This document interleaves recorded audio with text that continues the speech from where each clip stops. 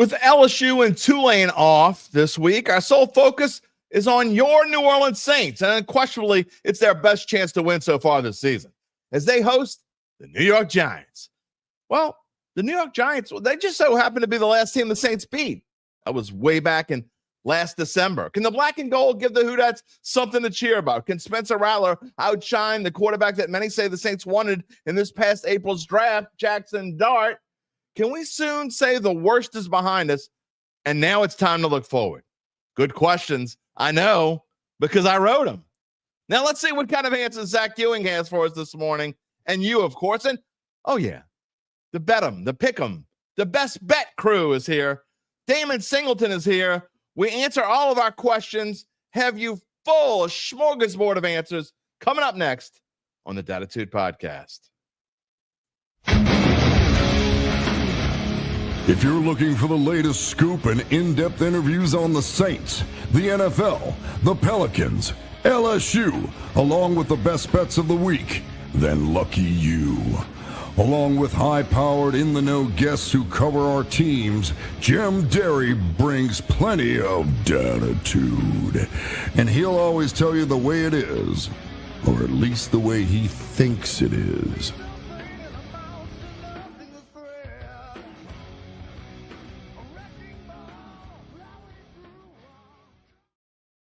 Where are you at, Dattitude family? It is our first Friday in October. That's when football gets really real. That's when it gets really real, right? How many of you have been able to string 3 R words together in a sentence without stuttering? Oh, I kind of stuttered. See how talented I am, or sort of? You ain't saying nothing yet, because this is Dattitude, episode number 423, presented by Evangeline Securities for a Friday, October the 3rd, 2025. If you're new here and you're wondering, who's the guy who's going to bring roses and sunshine to your life this morning? Well, I am Jim Derry, 35 years in the New Orleans sports media scene. I thank you for being a part of the Dattitude family. There were some people who were not happy with me on Wednesday. They said I was too down. Derry Downer was a little bit much for some people on Wednesday, so we're going to be all roses and sunshine today, right? Maybe. Drank my coffee. I moved on to water. We're good. All right, you know what is special about this show? You know what's special. Today and every day that we're on the air, Monday, Wednesdays, and Fridays, live at 11 a.m. Central Time.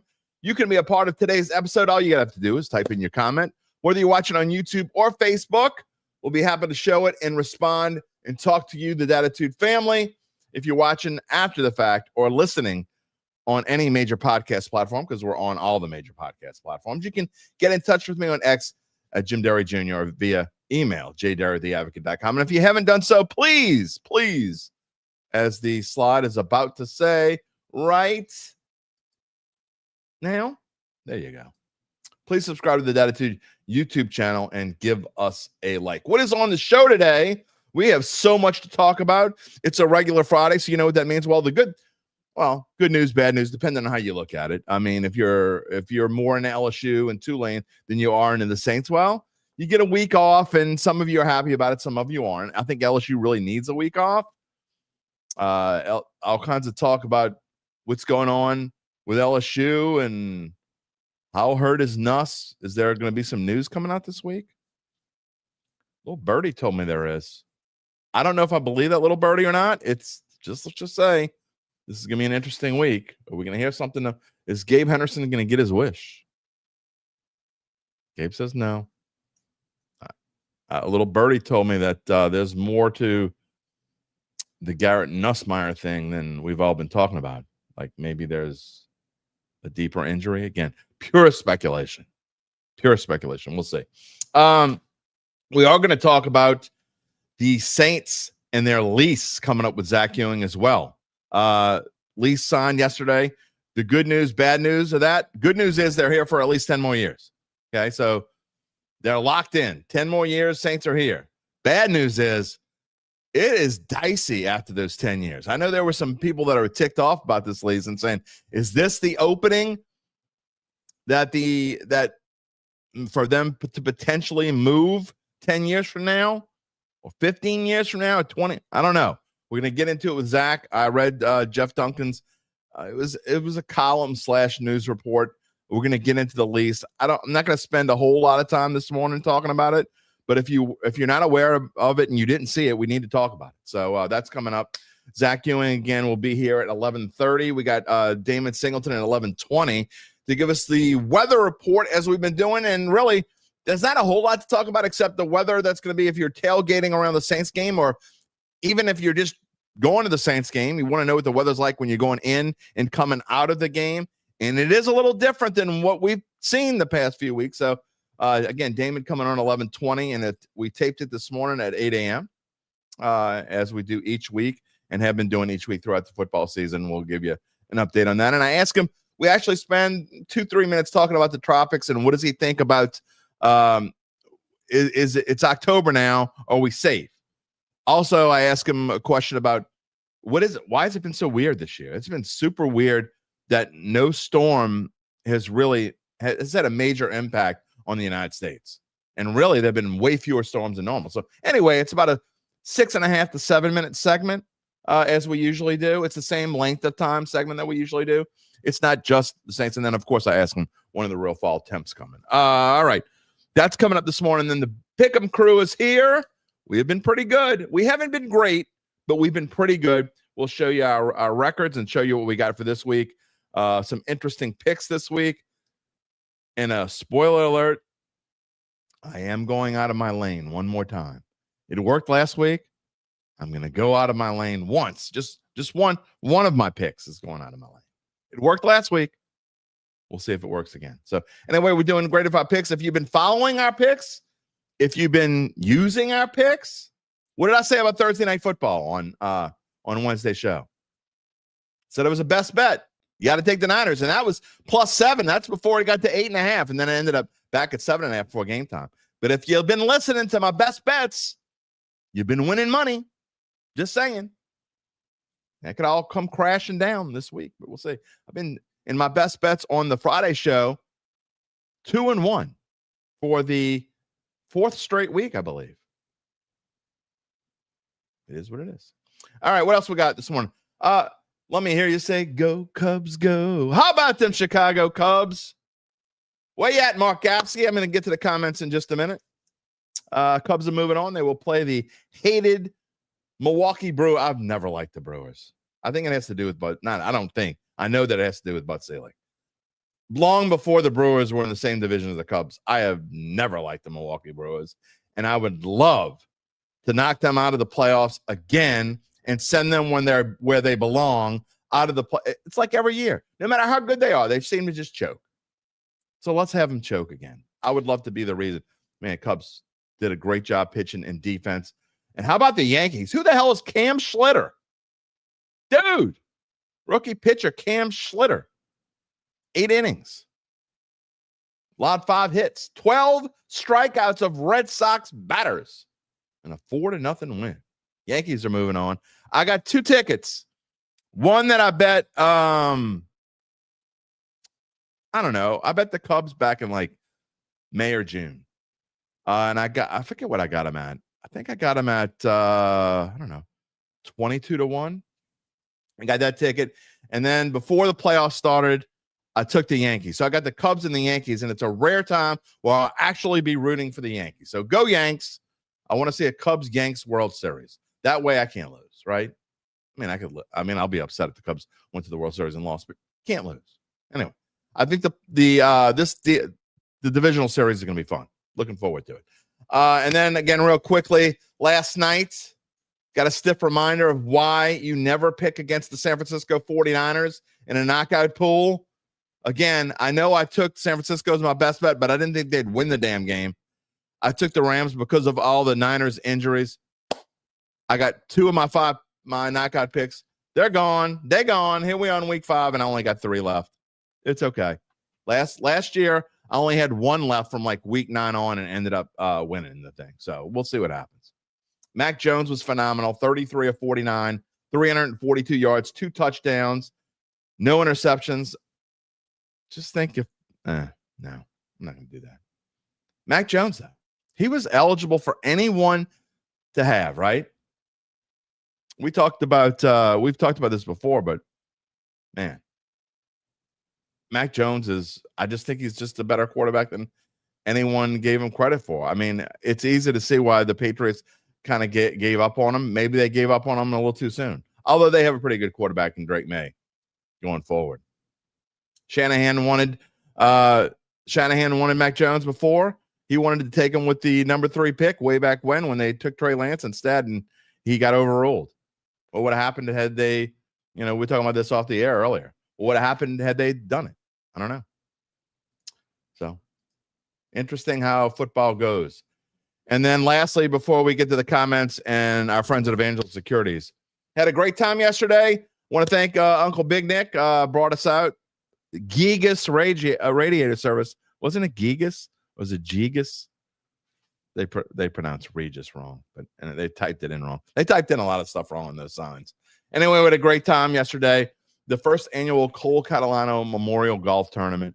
And I reminded myself why I don't play golf anymore, because I'm terrible.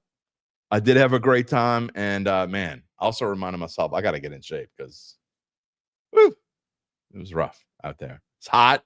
But, again, great time. And I want to thank all the people out there. It was at Beauchene in Mandeville. We had a great time. And it was a fantastically run tournament. Lots of prizes afterwards.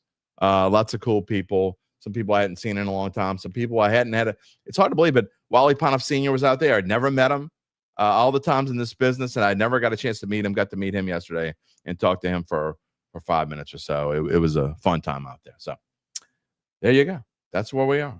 It's time to we're going to get to Damon Singleton in a minute. We got comments, plenty of comments in the stream. But before we get to all that, let me tell you about our friends at Evangeline Securities. Of course, they are a company that can help you decide if it's the right time to sell your family-run or privately held business. And just as importantly, they can figure out what that business is worth.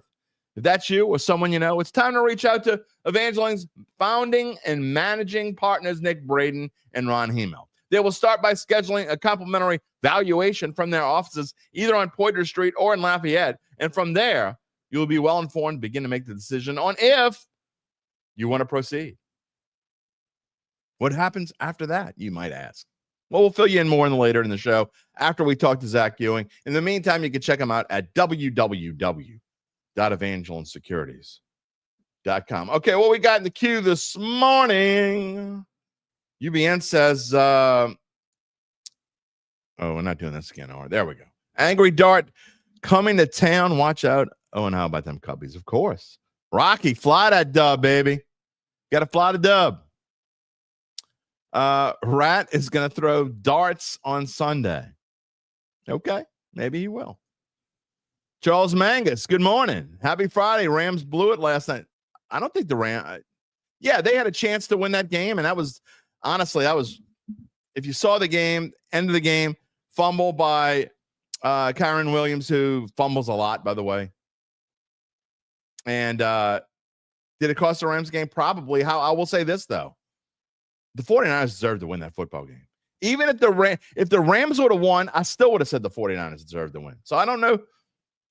I get where you're coming from, but I'm going to give the 49ers the credit in that one because they, honestly, with not only did they have a ton of injuries going into the game, they didn't have their quarterback. They didn't have their top 2 receivers. They were obviously missing Bosa.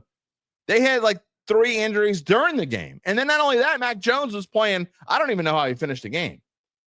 He was like, it looked like he was trying to dry heave or something afterwards. He didn't have anything left. Big knee brace on. It's amazing what he did, honestly. Chad Gage, good day. Good morning. Gary's here. Good morning, all. Got his fingers crossed for Sunday's game against the Giants. I think we all do. Christopher Crump, Who Dat Friday. You can only pray. Sure would love to see $251 million man out there. What am I missing? Gabe, what am I missing? I don't know. $51 million man. Okay. I was going to say $251 million. I'm like, what am I missing? Brian S. Steve. Good morning, Who Dat family. So Kelly is now admitting Nuss is hurt. I mean, he kind of was. Can you provide some clarity on why the secrecy? I would think it's better to admit injury over aggression. I cannot provide any clarity yet because I've done all the speculating and rumor mill stuff that I'm going to rumor mill this morning. We'll talk more about it next week, I promise. But I'm just saying there's some behind the scenes chatter from people in the know. I don't want to get too far into it, that there's way more to all this. And it may come out next week. We're going to find out. Frank Bentley wants to know where his bag is. You can find it. It's pretty easy. Come on, man. What are we going to predict today, by the way? Don't give me your predictions yet. Save your predictions from when we actually do predictions with Zach. That's coming up. Zach will be on at 11:30. We're going to do our predictions. I'll show him if you tell me now. Saints get the Roy says Saints get the win 27-24. Who dat and go Pels? Yeah, Pels opened preseason play in Australia last night. Gigas. Yeah, but save your predictions for when we get to it. I promise. And obviously, we're going to go straight from our Saints preview into Saints predictions because we don't have anything else like it is. We don't have anything else to jump on this morning. Brian says he doesn't want roses and sunshine. He wants a reality. That's why he comes here. I get it. I was joking, right? I don't think I have it in me to give roses and sunshine. I just don't. Michelle Castro, Araglado, Neesmith. Happy Friday. Let's go. Who dats? Yeah. Dylan Smith. Good morning. It's a beautiful day in central Mississippi. Over the same down south. It is. Look, it's not too bad right now. It's supposed to not be great this weekend, though. Again, don't want to jump ahead of ourselves. Damon Singleton, our local meteorologist, is coming on pretty soon. Dylan also says Jaxson Dart said he's got a bone to pick with us. I think what is he going to say? That kind of stuff, is it locker room material for a team that's 0-4? I don't know. Come on. Use whatever you can use. If it works for you, fine. Okay. Tony says, good morning from California. Sending good wishes for his weather to us. I'll take it. It's probably nice. Hakeem says, big dog. What up? Ryan Shano's here. No Astros, so definitely go Cubbies. No Astros. That's so sad. So sad. Mark Satanovich says he's going to wear his rat jersey to Gretna Fest. Well, I'm sure that I'll make one of you. We'll see. Phil Mariande, good morning. Welcome. S. Callie, you're here again. Good morning. Glad to see you here. Ryan also says, by the way, this is Rattler's last stand, another loss, and he's out. I'm going to ask that of Zach because, 0-11. Pretty tough. Ben wants to know if the bag is paper or plastic. You probably shouldn't use a plastic bag. That's on you, but it's probably not a good idea. Black Preacher Man, salute. 49ers played better from start to finish. And they were just good, man. Giggle wants to know why Willie Green is still coaching the Pels. I've been on record. I'm going to say it again. Again, we haven't done hardly any Pels talk, and we will get into the Pels really soon. Maybe not next week. It'll probably be the week after before we really start talking about the Pels. But Giggle, I'm not with you on this one. I think Willie deserved this one more year. Last year was just a whole mess of stuff. But before that, he improved every single year. You have bad seasons. If he doesn't do it this year, then maybe I'll feel differently. But I've seen nothing from Willie Green that makes me think that they need to move off from him. Just saying. By the way, we're trying to get Willie Green on the show. I think we got a good shot at it. Charles says because Willie Green's pretty good. And that's the big question. That's the big question. And Charles, great question. Who else do you want? Like, what would you change? Again, you're talking about a guy who came in here 4 years ago, improved, and then they had a stinker. But they also had the guy that they brought in here as that top free agent. He was out, first game? He's out for the season? Gone? Brandon Ingram, who they should have traded before, that's management's fault. He was a mess. Now he's talking about the Pels fans, by the way. Yeah, what it is, what it is. All right, let's move on. It is time for our regular weather segment. We're going to get to more comments later. Damon Singleton is with us. We talk about what's the Saints tailgating weather going to be like. What's it like in the tropics? Do we think we're past the worst of it for us? And when I say the worst of it, we haven't had anything. Are we past, like, is the worst chance, or best chance to get the worst? Is that over? And then also we talk about when's the real first fall cool front coming through? Damon Singleton, as I switch, there we go. Damon Singleton coming up here, and let's see, how long is this? 7 minutes and 12 seconds. We'll see you on the other side. Here we go. It's time for our new segment. Well, it's not really that new anymore. Damon Singleton, but we're still glad to have Damon Singleton, our local meteorologist here, Wake Up NOLA. And Damon is with us every Friday, if you haven't seen it so far, to tell us what the weather's going to be like, either outside the stadium, in the stadium, both, whatever it is. In this case, Damon, we got a pretty easy one because two of our teams are off this week, and it's just the Saints at home against the New York Giants. Yeah, it's going to be an exciting day, and the weather's not looking all that great, but I think you already know some of that. Yeah, if you're going to tailgate, you might either want to bring an umbrella or have a vehicle that's big enough to fit a few people inside of it, because, Damon, it's looking a little wet, isn't it? Yeah, it is. And, the one of the big things about the rain, especially the rain that we're expecting on Sunday, is going to be the timing of it.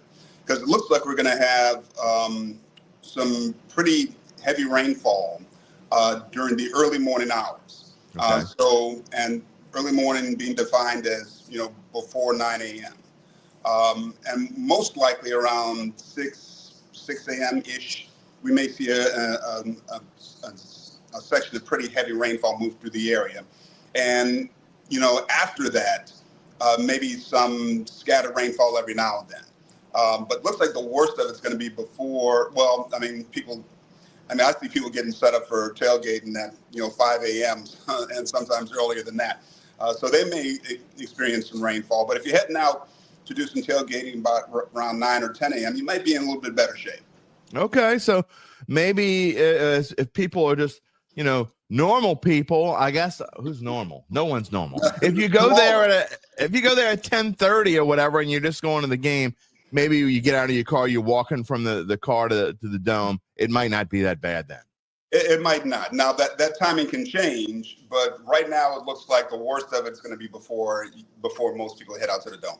By the way, I want to make it clear. I love the non-normal people because that's how I eat. I mean, the people that are out there cooking at 6 a.m., those are the ones that usually feed us, Damon. They sure do, and they feed us good food. Yes, they do. That's why we live here. All right, Damon, what else we got? How are the tropics looking? First of all, we had the two storms that were in the Atlantic, and they veered off. I saw something that Zach Videla posted, and I wanted to ask you about it. He said that October, it's a tough month for storms to do anything with us because if they form around the Gulf, they generally usually veer off. I just wanted to get your perspective on that and what you thought about the chances of storms hitting our area. We still have to be vigilant, but what are your thoughts on that in October? Well, yeah, I think he's right. To a large degree, they do veer off. And, we see more and more of those frontal boundaries make their way across the country, and that kind of helps to steer them away. So, I think we're in pretty good shape right now. There's always kind of a second little peak to the season that happens in October. But, if everything works out the way it's been working out so far, hopefully that anything that develops will continue to make its way out into the Atlantic or just kind of get veered away from us in the Gulf of Mexico. We'll see. And all the things, Damon, the last 20 years and all the changes that have been taking place in the area of weather, and it's been so busy almost every year. I mean, this is almost a phenomenon, isn't it? That it's been the quiet knock on wood, and I do have wood right here. I'm knocking on it. Well, for us, it's been pretty quiet. But there still have been, quite a few storms that have formed and developed. They've just stayed away from us, which, is always a good thing for us. The instance of rapid intensification has still been happening with the storms that have been forming. So that's got, I think a lot of people in the meteorology community concerned greatly, especially since, that reduces the amount of time you have to react or to make a call like evacuate. When you got a storm that's in the Gulf of Mexico, that's a Category 1, and 12 hours later it's a Category 4. Right. So that's a big concern of ours, and just climate in general and how things appear to be changing is definitely a concern of mine. Well, I think it's a concern of a lot of people. You watch this every year, but I think I don't know if God has intervened and said, you know what, we're going to give the United States of America a break, whatever it is. But I don't remember a season where, I don't even know, have we even gotten hit by a tropical storm, the country? I don't think we have. And I'm sure it's happened. And I'm sure it's probably happened within recent memory. I just don't remember it, but I don't remember a lot of things. Yeah. Lastly, go ahead, Damon, tell it. Well, I was going to say that, you're right. We haven't seen much activity at all, especially for us here in Southeast Louisiana, but other folks have. Bermuda just, the storm just rolled right over Bermuda, and they've had a couple other storms that have passed pretty close by, dropping a lot of rainfall. Bahamas is experiencing, Bahamas and parts of Florida experiencing lots of rainfall with that low that we've been talking about for the last few days as well. So, people are being impacted by hurricane season, just not us. All right. Well, I'll take it whatever way we can get it. We've been really lucky again, knock on wood. It's still only October 3rd. Yeah. And we've got really a full month to be vigilant about what's going on out there. Lastly, and I like to ask you this every week, and I'm going to ask you till it happens. Do you see anything in at least in the next 10 days where we could have a real fall cool front come through here? Well, we're not expecting temperatures this weekend to get much above 85 degrees okay. The area. So it's going to be a cooler weekend temperature-wise, but, it's cooler because it's going to be mostly cloudy and we're going to have the rainfall. And with that low that's moving across the northern Gulf of Mexico, we're going to have some strong easterly winds as well. So the humidity is going to be a lot more noticeable. So while the temperature itself is going to be lower, it's still going to feel a little sticky outside.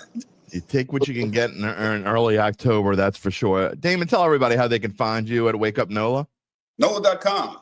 NOLA.com. Check us out anytime, night or day. And you're doing a report every morning for us, right? Every morning, weather report for Wake Up NOLA. All right, Damon Singleton, local meteorologist here, and gracing the Dattitude podcast. We appreciate it so much. We will see you next Friday when we'll have a full slate of games. Looking forward to it, Jim. I don't really know what engracing means, but I made up a new word right here on Dattitude this Friday. So how you like that, folks? We're engracing. We're engracing everyone this morning. You do what you got to do. All right. Well, anyway, I love this segment, and I hope y'all do too, because it's not just about, of course, we're talking about the game day weather, but you know how I am about weather. If you've listened to me for more than, 10 or 15 episodes, I like to talk about the weather. And so I'm glad to have Damon on. And who knows? Maybe we'll have him on Fridays, even after football's over. We'll see how it goes. Well, we got to get there first. All right, time to move on and talk about your New Orleans Saints. There is no LSU. There is no Tulane. Some think that's good. Some think that's not so good, but there's lots to talk about. And what's exciting about this weekend, besides Lance saying, "Who dat?" Glad you're here. And Michelle is saying she prays it rains to remove all the negativity from fans and podcast hosts. She didn't say that part. I said that on my own. And bless this rain like holy water for all of us and our players. Absolutely. May the rain wash away all the negativity. By the way, before we get to Zach, lastly, Scotty B. World says, I'm glad you made another live show. Hello to me and the Hoodats. I did not forget about you, Scotty. I'm sorry I haven't responded to your email. I promise you I will send you the picture of my backdrop here. I know Scotty's asked, and I said it before, if anyone wants somebody has to, I've had multiple people ask where this picture came from. It actually came from us sitting in the press box. I think I took this last year.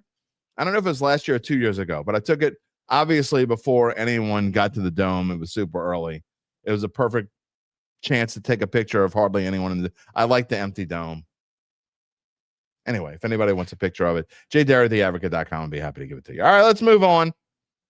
Saints preview time from his car, all dressed up and nowhere to go. Zach Ewing. How's it going, man? You already went somewhere. So, I mean, I don't see you dressing up like that very often. No, unfortunately, it's not for a happy occasion, but I was at the memorial service for that's right. Lease Trap Alexander, who is our LSU beat writer, Wilson Right. Alexander's wife, who passed away sadly last week. So we were here. It was a big service. Wilson delivered just a beautiful eulogy, not a dry eye in the house. So if you have positive thoughts, prayers, all that kind of stuff, send them Wilson's way today.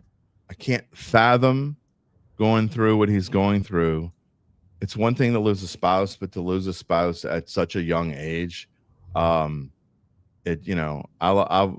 lost a sister at a fairly young age, not that young, and we've all had losses in our life. But to be able to go through that at such a young age, I mean, just our hearts break for him, and absolutely go out.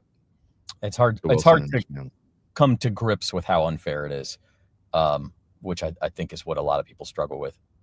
Absolutely. I mean, it's true. So, and it makes, when we joke about, our disagreements about, fourth downs and conservative versus aggressive in football. And you think about that, this kind of thing puts life into perspective that, we're talking about is fun, but in the grand scheme of things, doesn't really matter. Right. That's right. So anyway, let's talk about it anyway, because people want to hear. That's what they come here for. And look, this is a big week. Before we get to this game, and I'll ask you about my question in the headline, and I'll read it to everyone in a minute. I want to bring up the Saints lease, and Jeff Duncan obviously writing a column / news story, Zach, about the Saints lease that they signed with the state yesterday. And it's got good news and bad news in it. And the good news is that for at least the next 10 years, the Saints are definitely here. They will be playing in the Louisiana Superdome in the city of New Orleans. But what's scary about all this is beyond 2035 is a giant question mark. This velocity giant, that may be a little bit over the top. Was that just for Sunday's game, a giant question mark? Not a that was an accident. That was No, I think that it's mostly good news. Okay. The next 10 years are taken care of. There's no worries about it. And to be honest, there was always going to be a question mark about what happens to this team after Gail Benson dies. She has no heirs. She is, not in poor health or anything, certainly, but she is advancing in years. We don't know exactly how much longer she'll live. And so there is always going to be a question mark, just as there is with almost every NFL team. You could probably exclude the Packers from this because they are publicly owned. You could probably exclude the New York teams because why would they go anywhere? Right. But for almost every NFL team, even one as entrenched in their city as the Saints, there is always the possibility someone could come in and say, I have more money than everybody else put together, and this is what I want to do. And if I put enough money toward it, the other owners are going to let me have my way. That's right. So could someone come in and do that? Sure. Now, I will say this, for better or worse, Tom Benson negotiated such a sweetheart deal with the state of Louisiana, with the Superdome lease, that the Saints have it really good here. And I think that most ownership groups would come in and see that, and they would also see the passion of the fan base. And I would hope that if they wanted to acquire a team, that they would see it, as Jeff says in his column, as you are steward of a public trust. This is not your plaything that you can go do with what you want. This is something that belongs to the city of New Orleans, and you are the steward of that. Yeah. Now, that's what he says in his last line. I'm sorry to interrupt. That's what he says in his last line. He says, the Saints belong to the city of New Orleans. Like you said, they belong to New Orleans. So, I mean, you would, like you say, you would hope that if something were going to happen, that they would find a way to keep them here. Yeah. Now, having said that, there's only 32 of these things, and rich men and rich women tend to get what they want. Yeah. And if they want one of these 32 playthings, and you get somebody to come in here and take it and say, I want to, I'm from Nashville and not bad example because they've got a team, but I'm from Richmond, Virginia, and by God, we're going to have an NFL team in Richmond, Virginia, Memphis, or San Antonio, Texas, or whatever, and there's nothing you can do about it. I say that there's a certain amount of things you could do about it. You could fight it. You could plead with them. You could find somebody else with almost as much money. I mean, but yeah, if you're talking long term in a city with a 50-year-old stadium, as cool as the Superdome is, and we talked about that in August, it is still going strong. You're always going to have long-term question marks. Yeah. And look, I guess the thing that scares me the most about it, though, I agree with everything you just said, but, Gail Benson is going to be 88 when this deal expires. So all the things we talk about, I mean, at some point, let's be realistic. I mean, there's going to be a new owner of the Saints at some point in the next 15 years. I mean, realistically, I mean, we'll see. I mean, Virginia McCaskey, I mean, she lived to be like 101 or whatever it is. So we'll see. But she says, quote, "I am never going to leave."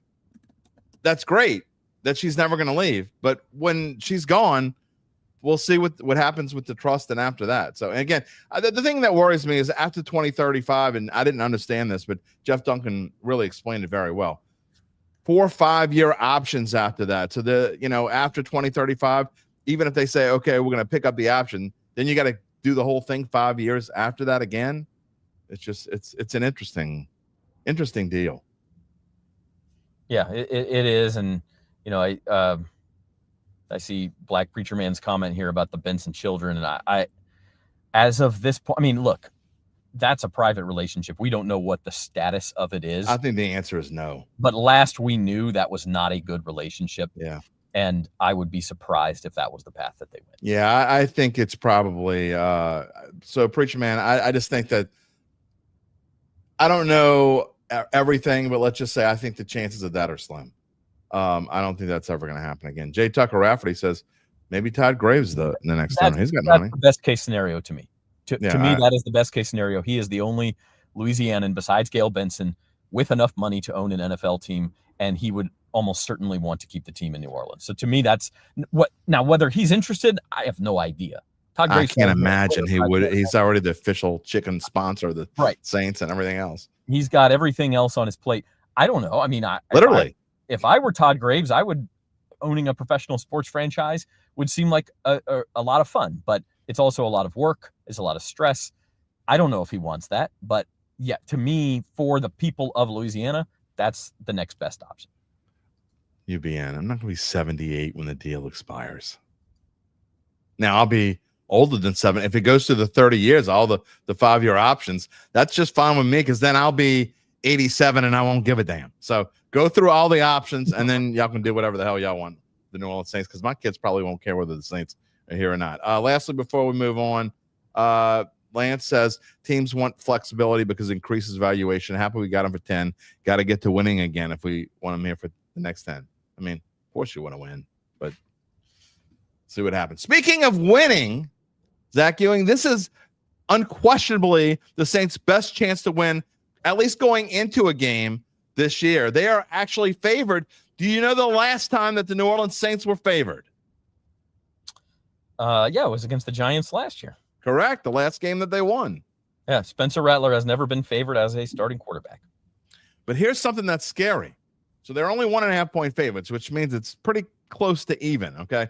When is the last time that the Saints were favored and covered?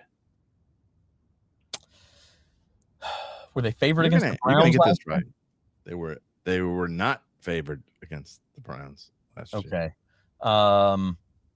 Then that's going to have to be Carolina week 1 last year. That's correct. That is the last time the Saints were favored and covered. They were 4-point favorites against Carolina in week 1. They have not covered. They have not won as a favorite or covered as a favorite since then. 47-10 in week 1 last year. But you got to think that this is a excellent chance for this. Again, we're not going to tell you our predictions till the end of this, but you got to think this is an excellent chance for the Saints to break that schneid and to get Spencer Rattler his first win. There is. I mean, there legitimately is. I think if you look at what we call market ratings in the betting world, basically what these teams are ranked at. The Tennessee Titans are pretty clearly ranked as the worst team in the league by several points worse than everyone else. So I think, if the game was the Saints play at Tennessee in week 17, the game was this week, they'd actually be road favorites in that game. There's that much of a gap. Who knows by week 17? But point is, after that, there is a glut of 6 to 8 teams that all have approximately the same rating. And the Saints and Giants are 2 of them. And reasonable minds can disagree who's half a point better than who else in that range. But anytime the Saints play one of those teams, especially at home, they're going to have a chance to win. And that goes for this game. That goes for Carolina. That goes for the Jets. And that's where we are. Like these are very flawed teams. They're not abjectly awful. They have some good qualities. They have a lot of bad qualities. And it's kind of an any given Sunday thing.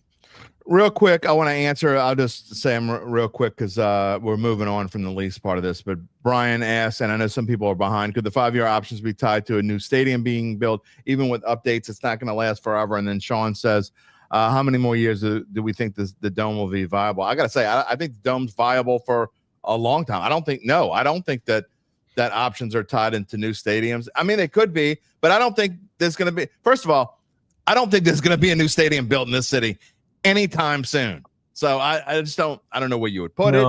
I mean, it's possible, but I seriously doubt it. And they just put all these renovations into the Dome. This is where the question of, the future of the NFL in New Orleans gets murky to me, because there's a difference between, is the Dome viable and is the Dome the caliber of the other 31 stadiums in the NFL? Those are 2 different questions. It's with these recent renovations, it's going to be viable for at least a couple more decades. You could host games there.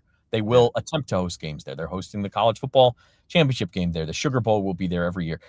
But when you talk about the timeline of a new owner, 10 years, 15 years, 20 years, the new owner is going to look at this and say, I assume Lambeau Field's not going anywhere. We have the second oldest stadium in the NFL. In a lot of ways, it is still outdated, even with the renovations, because you just can't.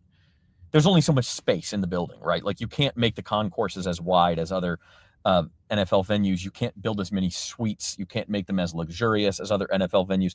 They've done a lot to make it close, but in 20 years, that conversation is going to be even different than it is now.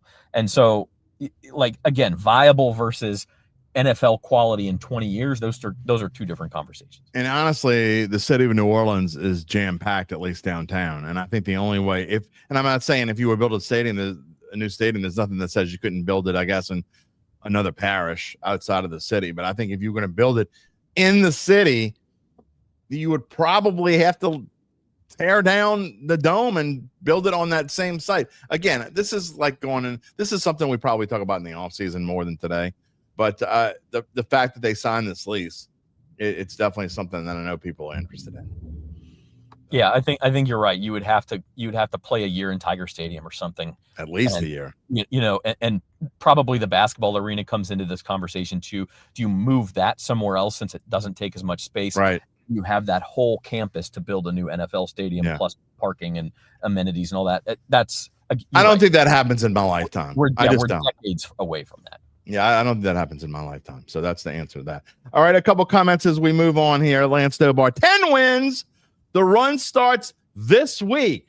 Now, if you want optimism, I promised you some roses and sunshine this morning. I didn't say it was coming from me. Lance, there's your roses and sunshine. He says the 10 wins starts here. Nathan Thomas, good morning, Dattitude family. Let's get a win this week. Lance also says, went toe-to-toe with San Francisco and Buffalo. Great for team development. Feel like Kellen has a good idea of what he has and how to succeed to win with his team. We are winning by 2 tutties on Sunday. And then Brian, here's the opposite of roses and sunshine. Sorry, faithfully, Saints are not winning Sunday. They have no chance. No chance? That's a little strong, Brian. There will be a lot of Giants fans, and that could be, but that's kind of strong to say they have no. I think saying no chance is they're favorites. You can't say there's no chance, Zach. Oh, there's definitely a chance. Definitely. I mean, this is the first game This of is the about year. as 50-50-ish as if you can get. I truly would not be surprised by an outcome of either team winning by 3 touchdowns on Sunday. I just wouldn't be, because they're both bad teams, and bad teams sometimes play poorly. If the Saints play like they did in Seattle again, it's going to be a boat race. If the Giants play, I'm trying to think of what their worst performance of the year is. Probably week 1 in Washington, where did they even score? Yeah. Like if they play like that, bad. the Saints could win easily. Like Jaxson Dart, yeah, he won a game. I'm not convinced that Jaxson Dart is going to be a successful quarterback. Like he ran 12 times. He lowered his shoulder. He damn near killed himself in that game.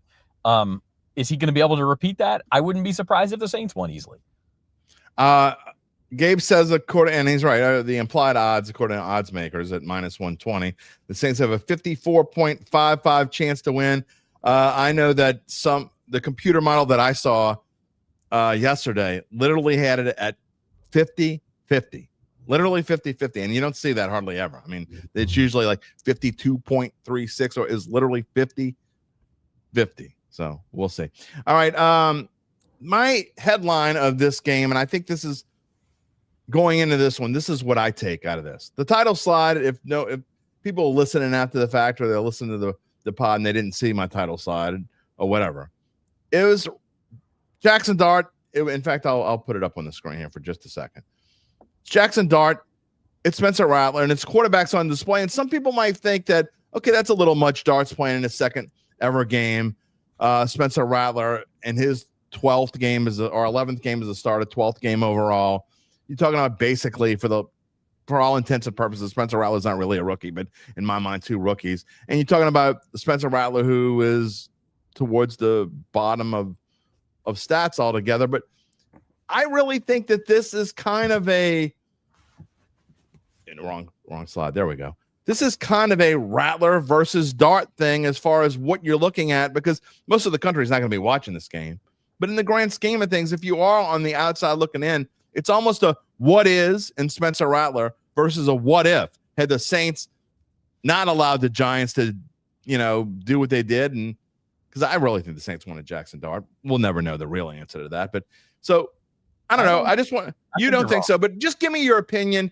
Tell me your thing. Is it too strong to say that this is a Rattler versus Dart, and there's going to be a whole lot of quarterback comparisons in this game, I think, before and certainly after? I don't think you're wrong. I think that would be a stronger conversation if this was Shuck versus Dart, because they were in the same draft class. And you can say the Saints didn't choose Shuck, but they, at the very least, saw them as close enough to where they weren't willing to give up assets to go get Dart, at the very least. I think they were fine with Shuck the whole time, which is why they bided their time and took him at 40.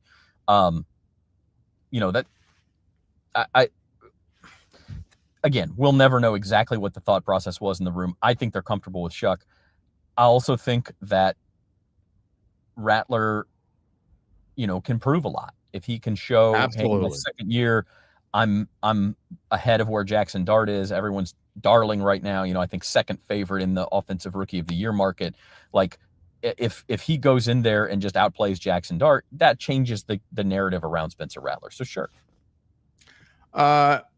I'm going to bring this slide in here, and the ranking slide. And to me, that's the wrong, I'll put the wrong ranking slide in there. No, I didn't. Okay. I got the right one. To me, this is the week that the rankings actually show you something. I think up until now, it's kind of been just a small picture but I think it means something now. You threw a quarter of the season. I think in rankings means something. We talked about it on Wednesday. Well, you and I didn't, but Doug Mouton and I did. But just if you look at it, the one that jumps out to me is the Saints rushing defense against the Giants rushing offense. I know we're going to talk about it. Kind of contradicts what I'm saying, Rattler versus Dart. But if the Saints going to win this game, where they're going to win it is their rushing offense, which includes Spencer Rattler, by the way, against the Giants' 29th ranked Russian defense. They 10 versus 29. To me, Zach, they've got to be able to run the ball. And again, that includes Spencer Rattler. I want to see him run the ball 8 or 10 times on Sunday. 100%. That has to be the game plan. Now, there is a school of thinking when you're handicapping games that say, okay, if you have one team's strength versus another team's weakness, that's already sort of baked into the betting line and our projections. And so the Saints have to not only meet the expectation that their running game is going to be really good, they may need to surpass it to win this game. And that's because like we look at this and say this is a 50-50 game, even knowing that the Saints can run the ball against the Giants and that the Giants are susceptible to the run. So they better do it. I do think they'll be able to do it, but I think the pressure's on to go have another 180-yard day on the ground. Yeah, no, I agree with that. And on the other side of the thing, in the passing, look, the Saints had the 27th ranked passing offense so far, and it's mostly because, I mean, let's get real. Spencer Rattler's been throwing for, last week it was 126 yards. The week before that, I think it was 218. The week before that, and this is coming off the top of my head, 207 or something along those lines. I think the most he threw for was in week 1. He threw for, I think it was 233 in week number 1. So they've got to open it up a little bit. I know that Rattler has struggled with throwing the deep pass, but if they can run the football, it could potentially open things up to finally maybe have a chance to go deep, because the Giants have the 25th ranked passing defense, Zach. Yeah, a lot of that is that Cowboys game, right? The one that ended 43-40 or whatever in overtime.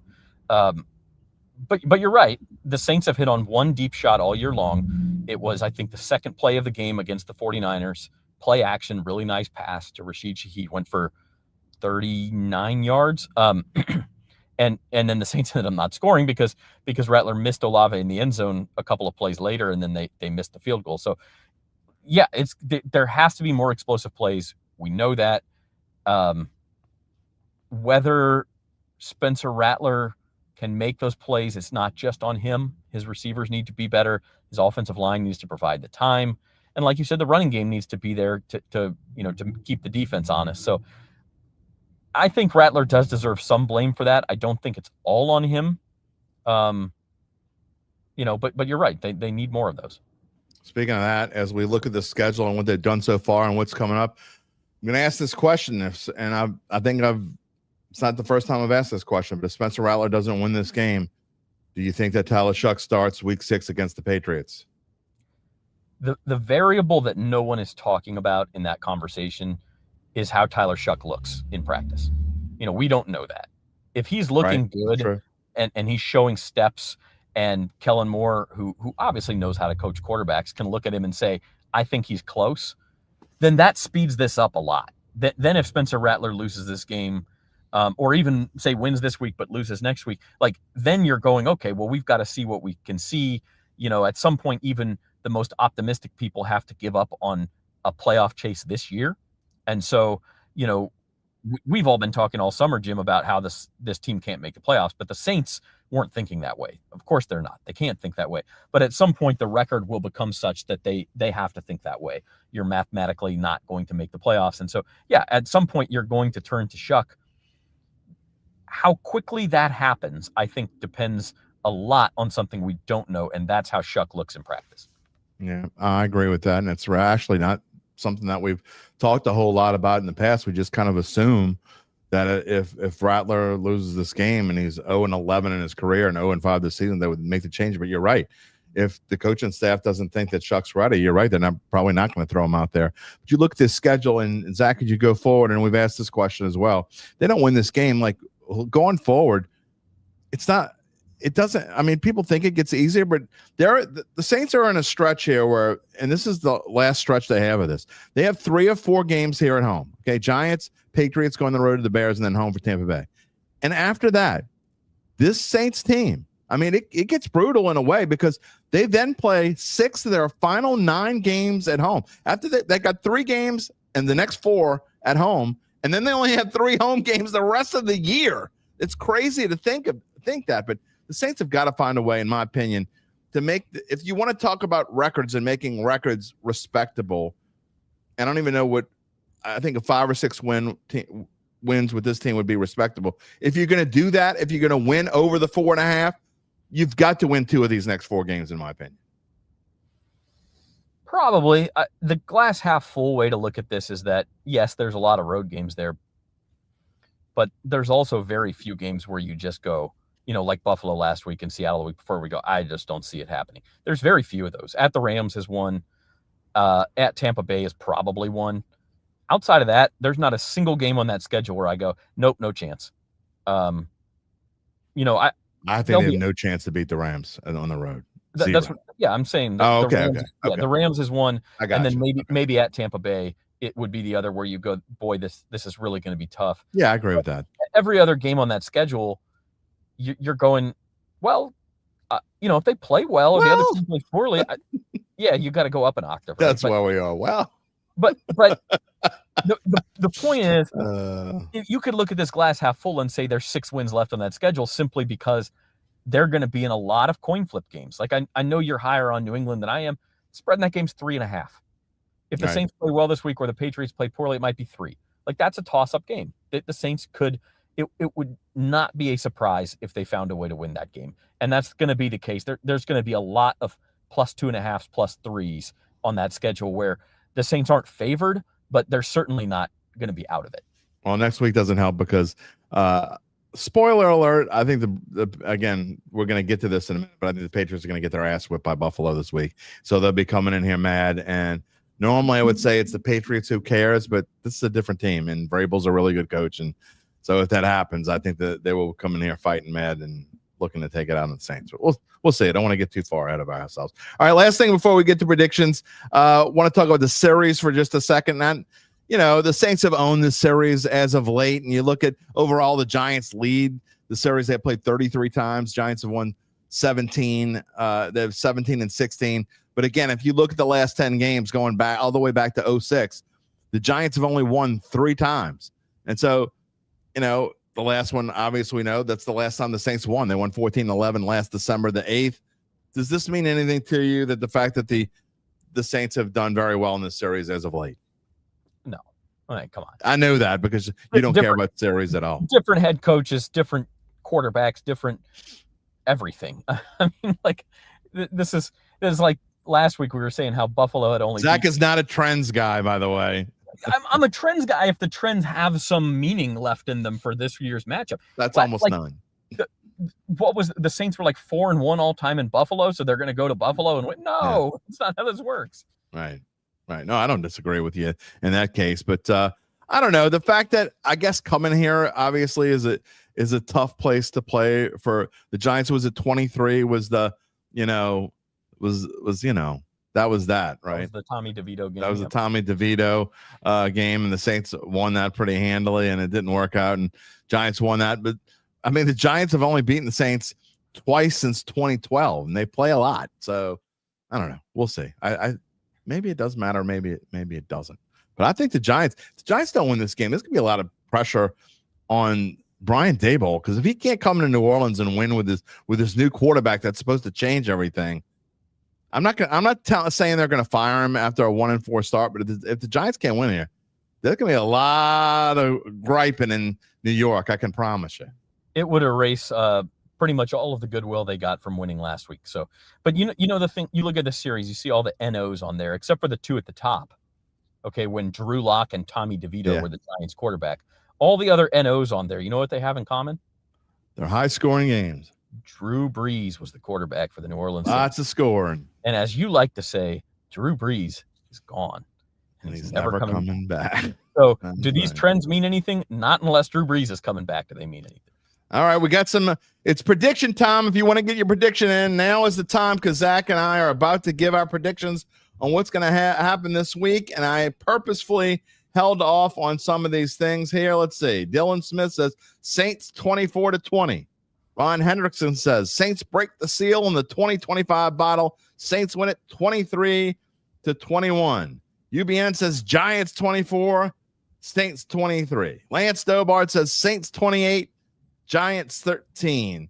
Let's see what else we got here. Sean says hopefully Scatterboo doesn't treat the Saints defense like bowling pins. Ha ha. Rocky, ever optimistic Rocky Oob, says Saints win it 23-13. Chad Gage says sorry, Giants 24, Saints 17. Let's see. What else do we have here in the prediction ranks? We'll probably have some more as we go, and there's a lot of talk. I'm sorry I missed some of these comments in here, but we were talking about some other things. Brian says, sorry, Hoodats, Giants 23, Saints 16. Good news, LSU will not lose on Saturday. They will not. Charles says Saints 21, Giants 17.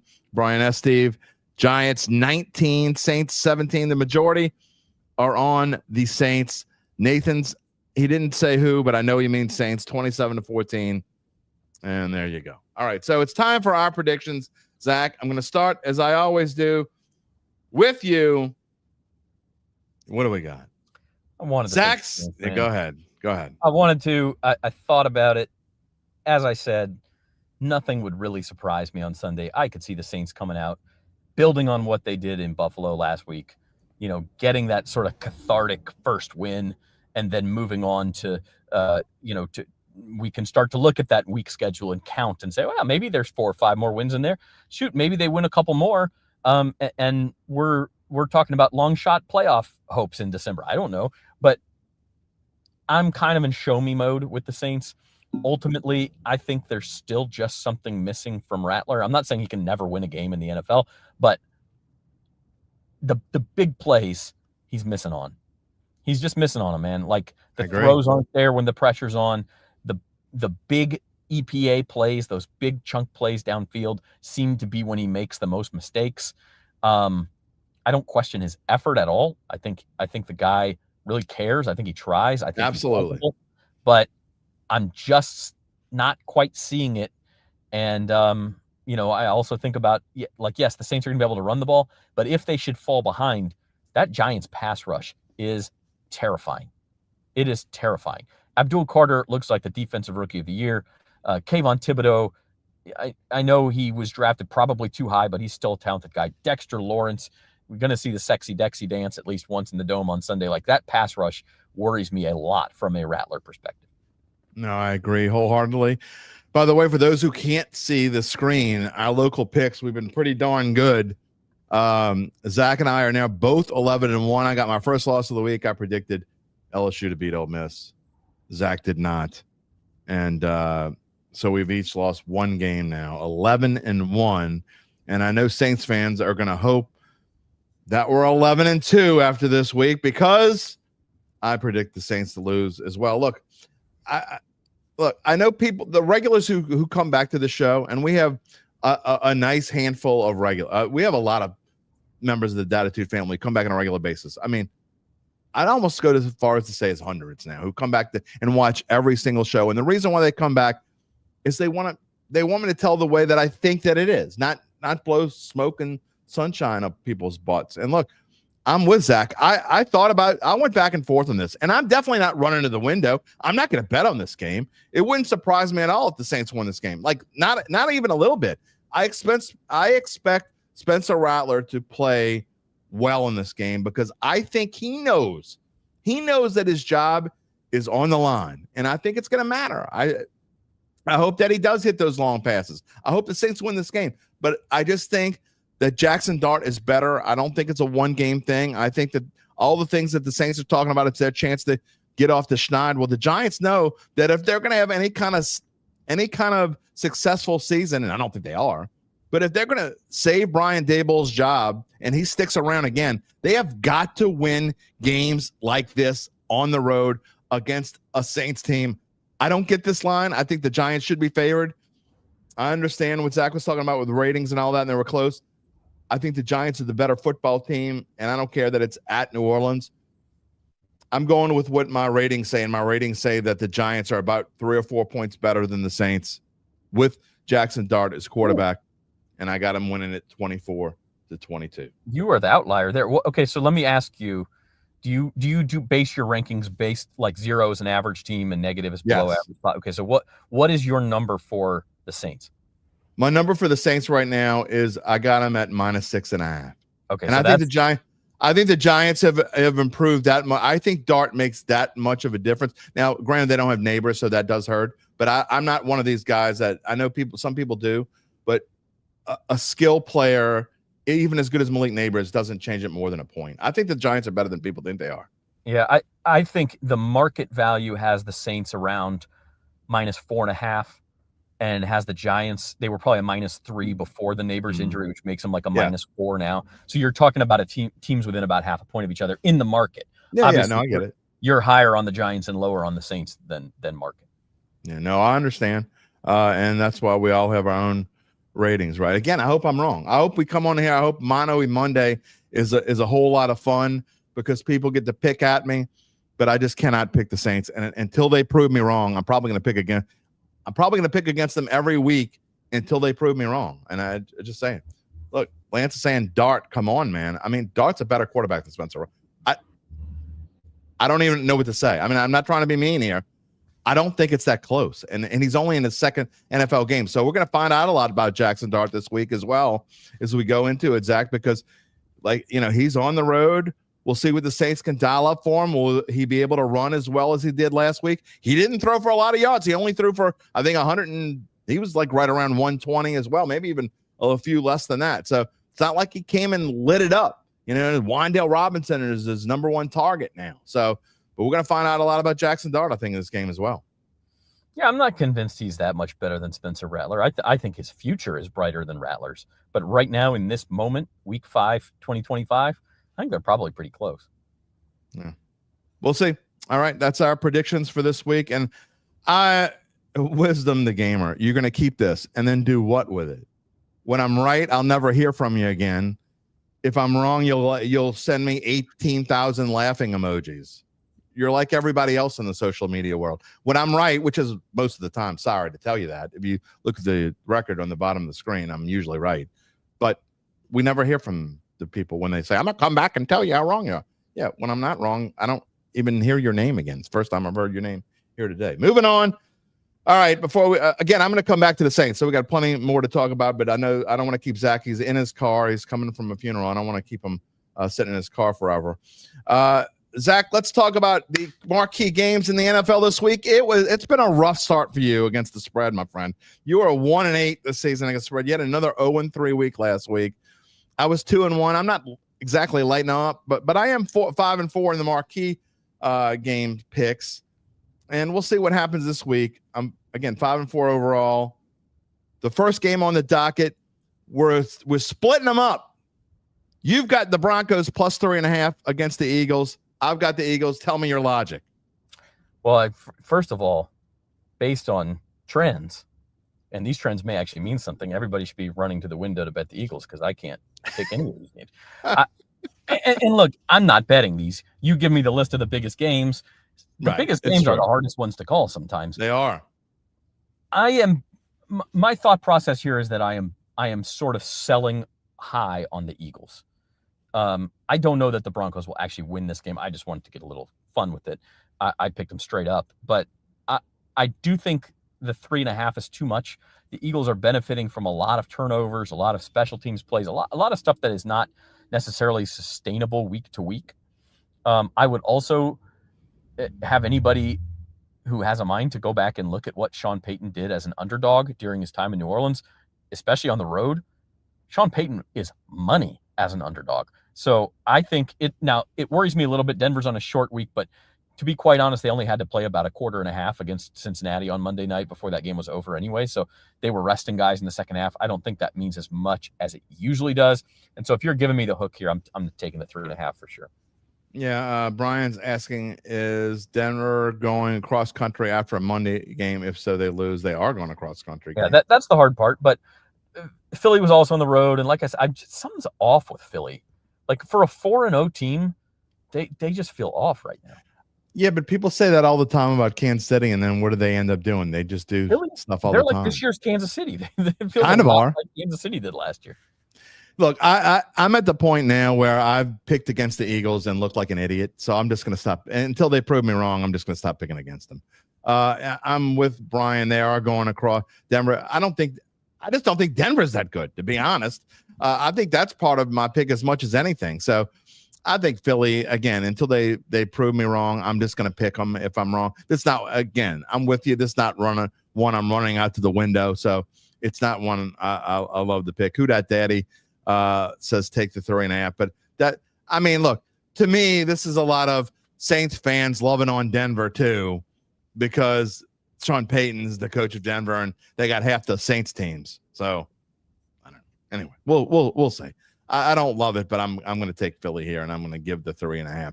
All right. The reason why there's no pick here for me in this Tampa Bay Seattle game is because it's one of my best bets and I don't want to give it away. So Zach, I'm going to just let you think. And somebody asked earlier, where is it? Brian wants to know if there are any inside info on Mayfield and the bicep and ankle injury. I'm going to give you this inside info. He did not practice. He was at practice, but didn't practice. However, he's Baker Mayfield, and he's going to play if he can walk. So that's my inside info. But you're taking the Seattle Seahawks minus 3.5. You're giving 3.5 to the Bucs in Seattle, home of the 12th man.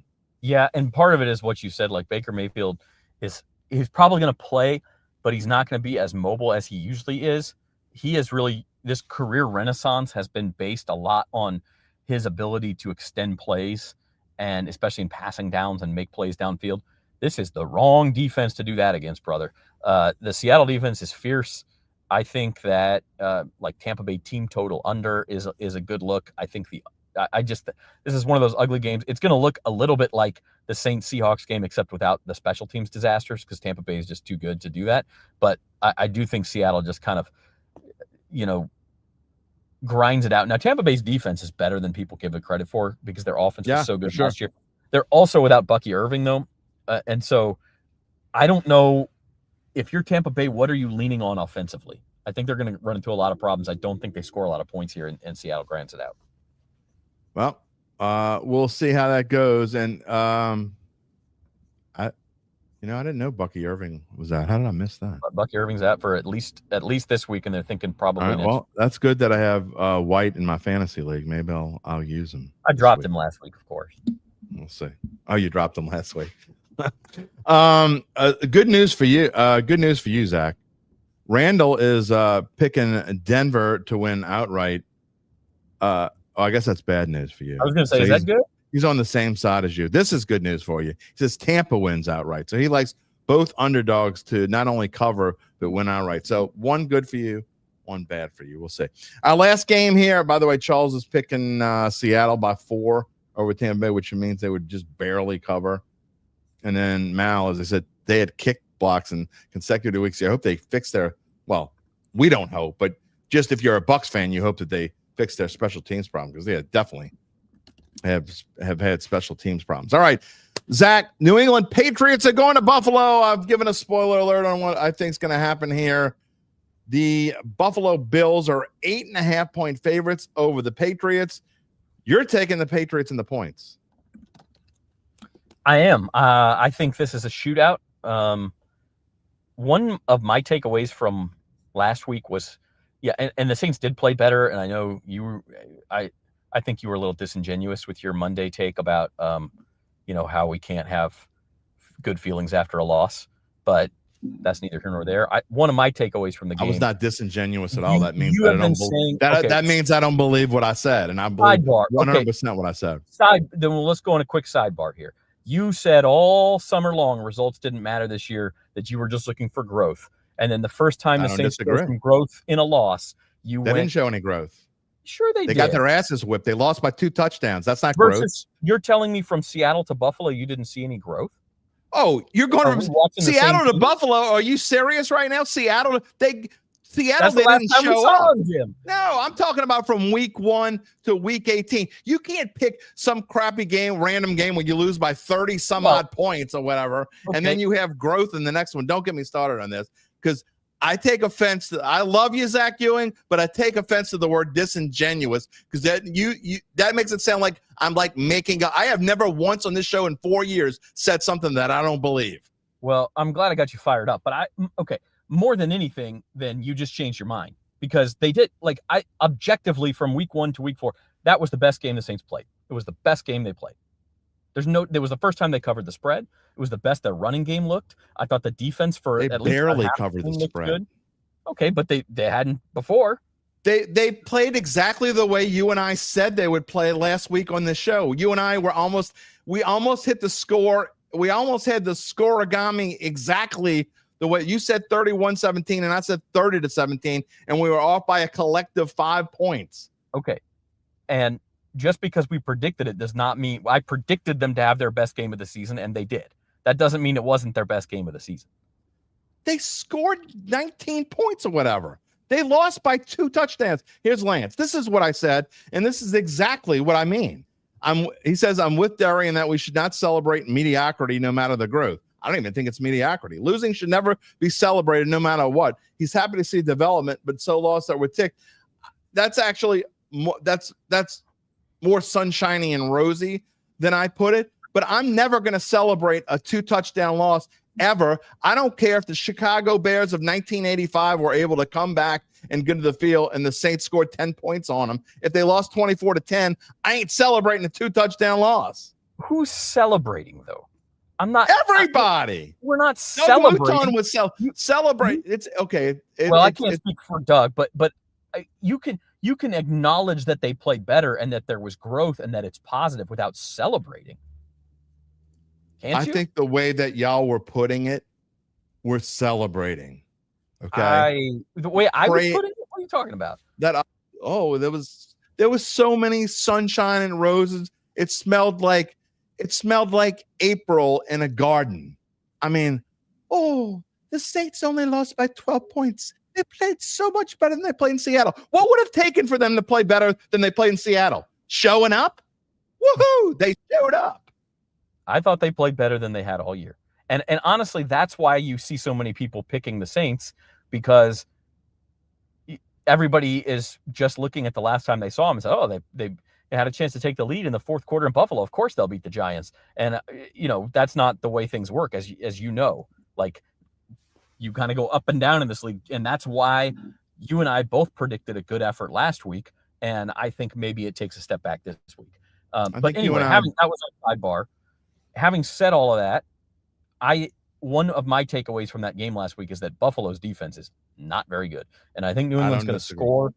And I think this game turns into kind of a fun primetime shootout. It's kind of like we had last night.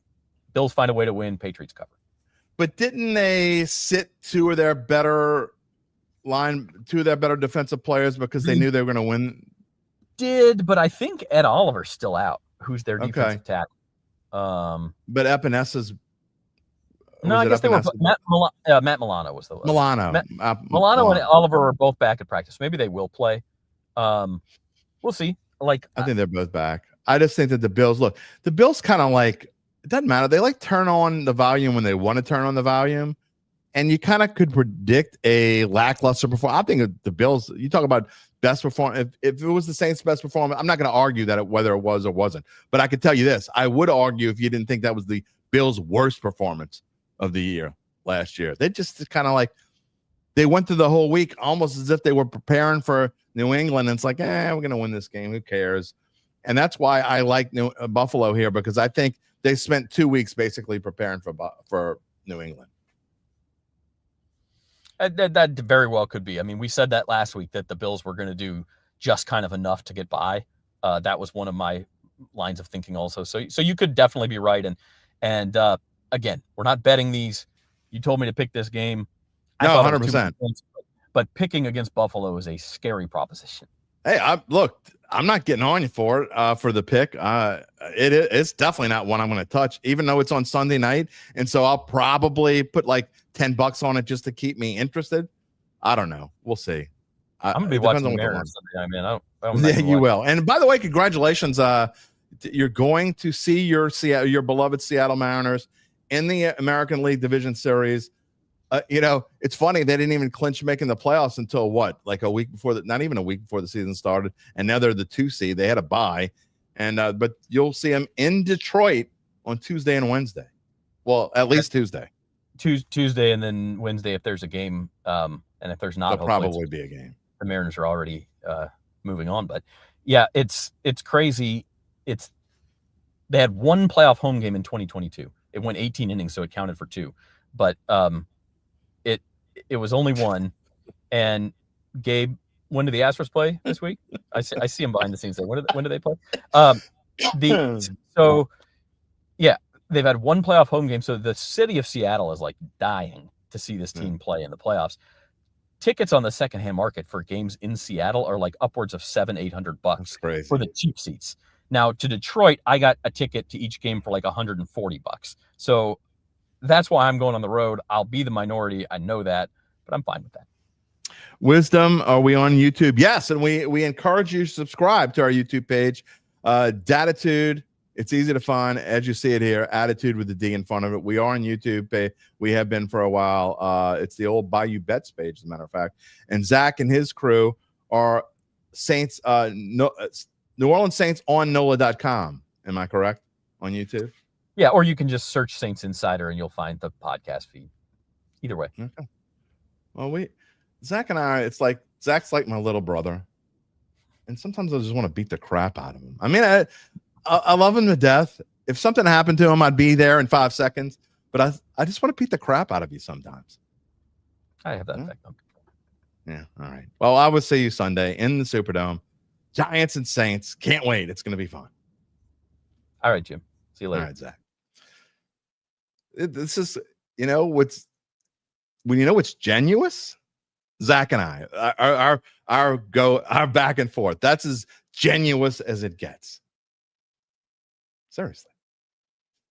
It's like my little brother. Of course, I have a few of those. At least one of them is in the green room right now. In a Cubs shirt.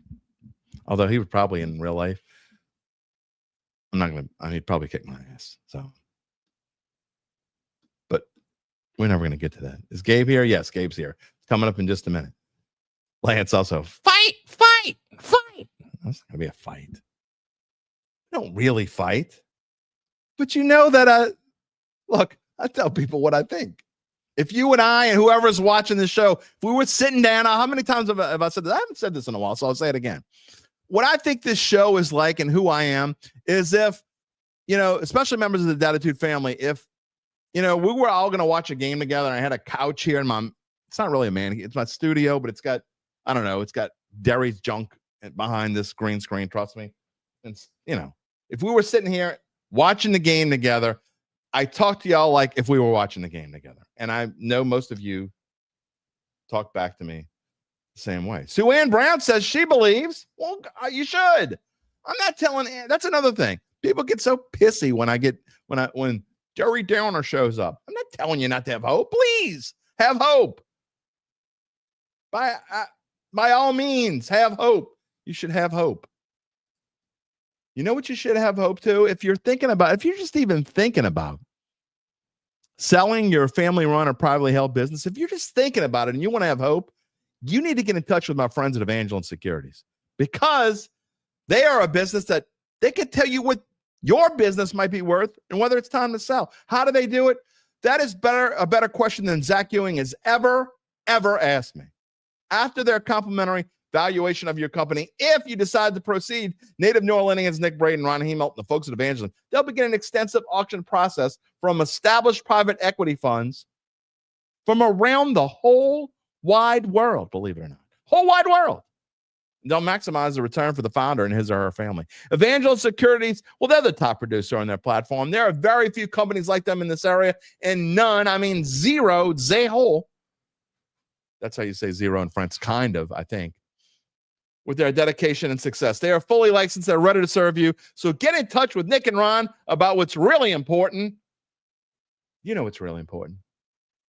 It ain't the lines of the Buffalo-New England game or whether the Saints are going to cover. No, none of that. That's not what's really important. You know what's really important? The rest of your life. You can find them at www.evangelinesecurities.com. Here it comes. It is coming. The rest of your life. All right. Time to get to the pick'em. To the pick'em. One of us had a really good week. One of us had a mediocre week. One of us was kind of meh. Sorry. Make it to where I don't want to win because of the black and gold. Oh yeah. Well, if you're in the middle, if you're in the middle, you get black and gold. So there you go. Either be the best or the worst. Okay, I could probably do that. Oh, you could definitely do that.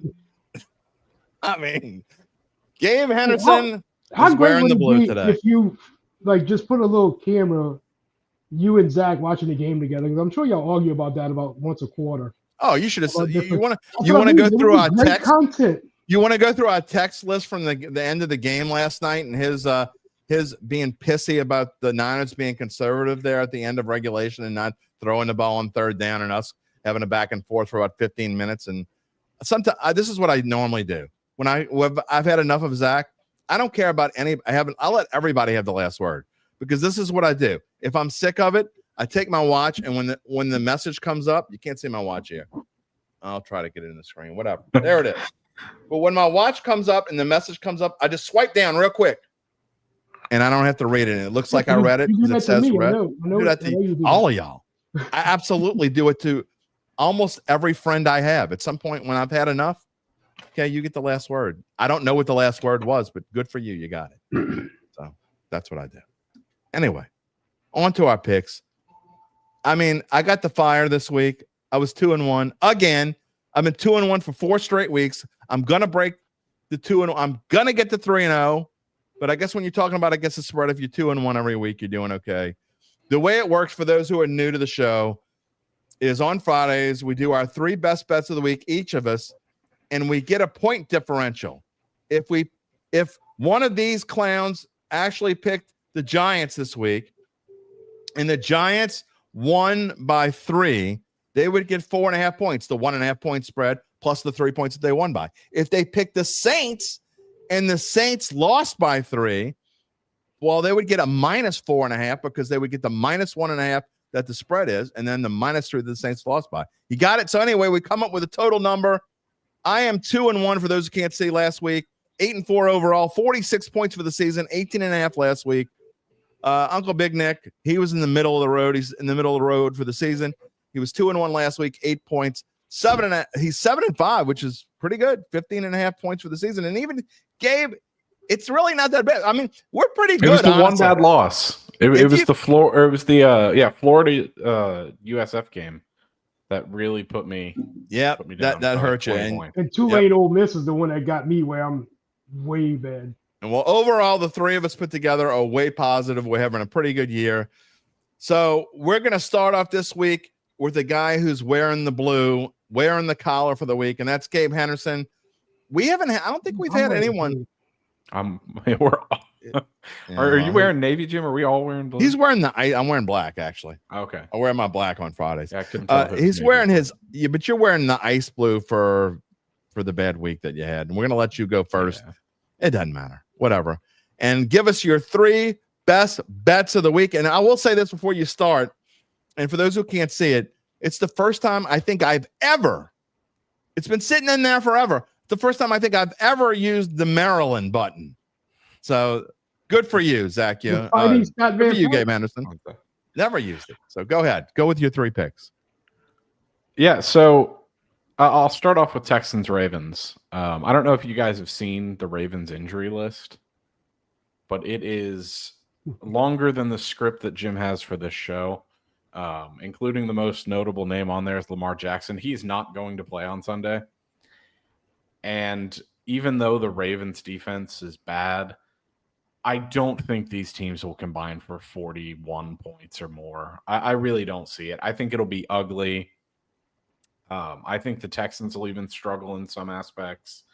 But it's a team that is the best team to the over. The Baltimore Ravens are 4-0 to the over against the team who is 4-0 to the under in the Houston Texans. The team to the over is without their quarterback, Cooper Rush. I'm not inspired by him. I don't think he's bad by any means, but he's not Lamar Jackson. The Texans under DeMeco Ryans have actually found ways to. Yeah, the Texans under DeMeco Ryans have actually different quarterbacks than him too. Yeah. No, you're right. They've done a good job at limiting Derrick Henry. I think they're going to have to do that again. So I'm going to this game, by the way. And first of all, I'm glad you found a way to pick. We've talked 3 weeks in a row now about you not involving your favorite teams in your best bets, but I'm glad you found at least a way to involve your favorite team in the best bet without picking for or against them. Good job. Thanks. Good job. All right. Kicking myself for not picking the Texans. By the way, that game is in my spoiler alert. This game, not the total. I actually picked the game. That game is in my best bets. Go ahead. Your next game, you got Maryland and Washington. Like I said, first time I've ever used the Maryland button. I made the buttons like 18 months ago and finally got the Maryland button in on a screen. You Congratulations. know how many buttons I can make you make, but you told me I can't pick games that don't matter? I didn't. I got buttons out the wazoo. What are you talking about? I got all the buttons. Wait till Maction starts. Oh, Lord. Can't wait. I'm a product of two parents who went to Mac schools, so I absolutely love Maction. My parents, God bless them, they're both deceased now, but they don't even know what the Mac is. I promise you. Didn't know when they were alive. Do not watch Maction, but neither one of my parents knew what the Mac was. Have a rooting interest in the Mac. For this game, I mean, I'm taking a page out of UBN's book essentially with this one. This is a huge letdown spot for Washington. I'm not saying they'll lose. They had their biggest game since they made the Pac-12 title game a few years ago last week in hosting Ohio State. They dropped the ball completely. Now they have to go cross country to play Maryland. I don't see it happening. I think Maryland keeps this one close, at least closer than a touchdown. So that's why Maryland's been playing pretty well too. Yeah. All right. So far, if you can't see the screen, you're only listening. Gabe has the Texans and Ravens under 40.5. And he's also got Maryland plus 6.5 over Washington. His last pick got another total. Texas Tech and Houston over 52.5. I was shocked this number was this low. Anyone who's watched Houston this year knows their defense is not very good.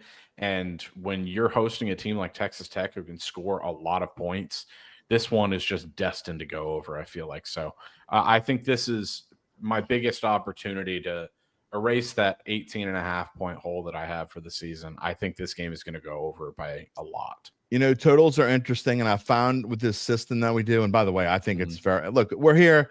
We're trying to give you analysis and help you win money. But remember to do it. We're just here to help you have fun. I mean, if you're trying to like win big bucks with our picks, you're in the wrong place. I mean, yes, we would be winning you some pretty decent money so far this year. But by doing it the way we're doing it, we're trying to, you know, exploit the ones that we think are the best. And that's where you get the big point differential. But I've noticed that totals, they could go either way, man. If you lose a total really bad, you're going to get a big minus. But if you get you're probably more likely to get a much bigger win if you get if like last week I hit like you get double overtime last week. Exactly. Virginia, Florida State. I got that was pretty good. So anyway, interesting. All right, moving on. Those are Gabe's interesting for me. My biggest loss was a spread because Ole Miss got killed by like 38. Yeah, well, it happens, but that's rare. Moving on to the guy wearing the Cubs jersey and is thrilled about the Cubs making the National League Division Series against the hated Milwaukee Brewers. Uncle Big Nick, you're starting off. The Illini got you a win, and now you're going right against them. Yeah, why not? I mean, they kind of wishy-washy right now where got killed by Indiana, got up big, did great, beat USC, won me some money last week. Now they got to play Purdue. Purdue took them to overtime last year. They took them to overtime in this game. Purdue's playing pretty good. I just think it's too many points, and Purdue's not really that good. So the Illini's got to come into this game and get hype after playing Indiana, getting killed, and getting all pumped up to go play USC and beat them. And now they got to get fired up again to cover a 9.5 point spread. I just think it's too many points, and I can see this game being close just like last year. Every time I see that logo, the only thing I can think of is Drew Brees, Boilermaker. That's the only thing I can think of is I think of Scott Van Pelt because every time he picks Purdue, he says bang that big ass drum. Okay. So it just makes it pretty cool. All right.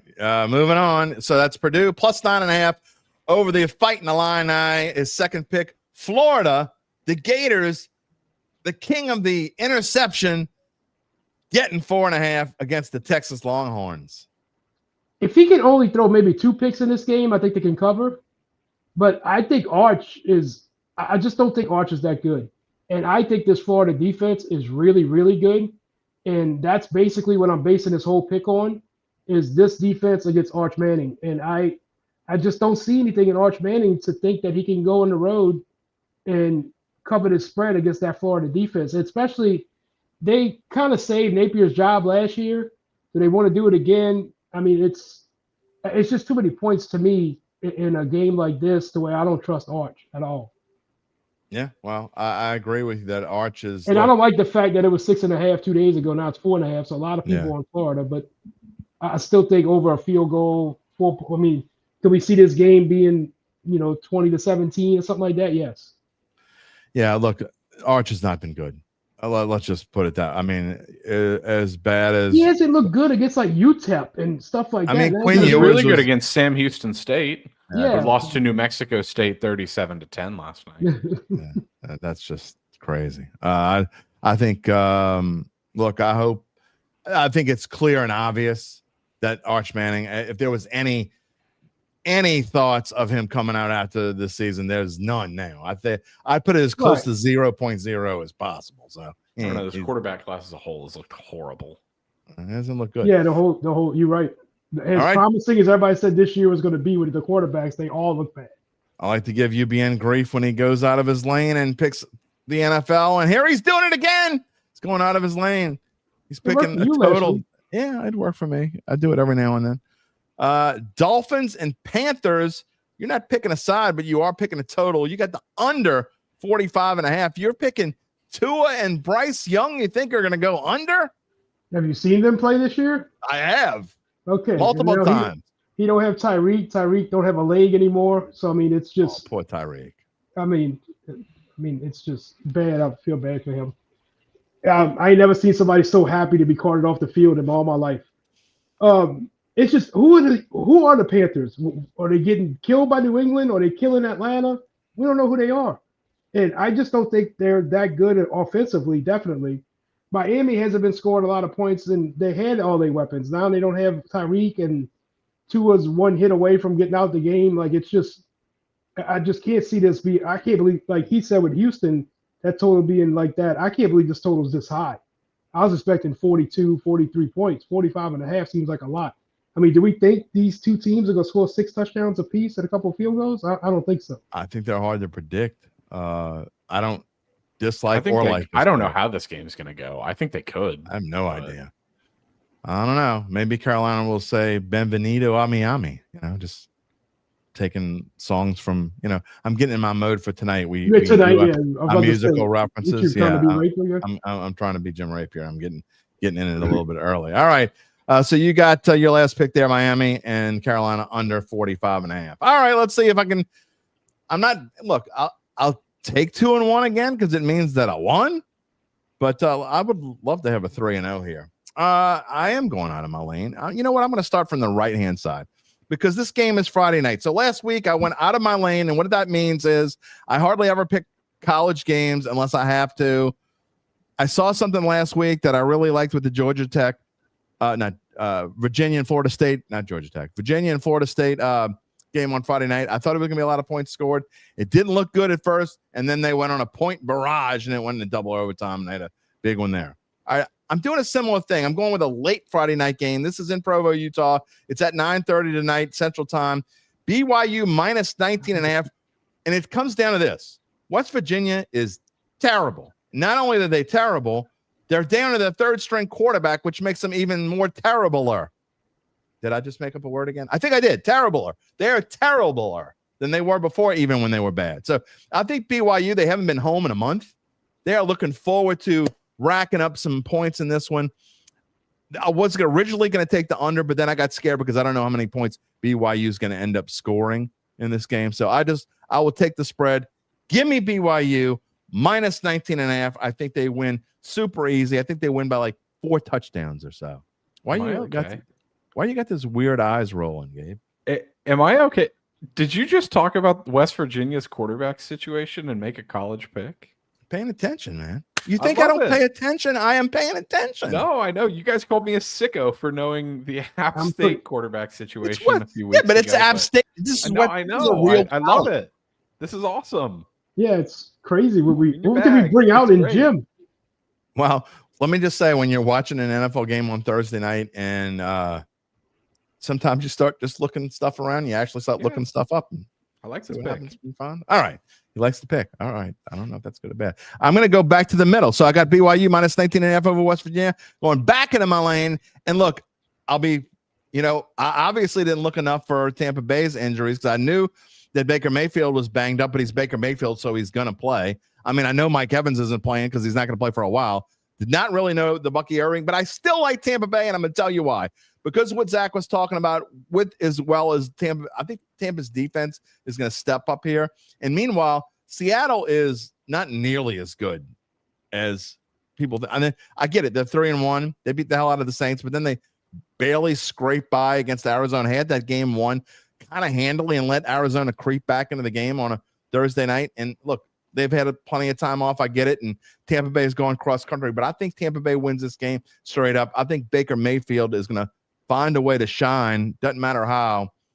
And I don't know. You crossing that 3. When you get across that 3, I thought this line should have been like 2 or 2.5. The fact that it's 3.5 again makes me take Tampa here. And I think White, guys, I think he's not as good as Bucky Irving, but obviously he's been in that system. And I think he's just fine. He's a great number 2 running back. Tucker's not bad either.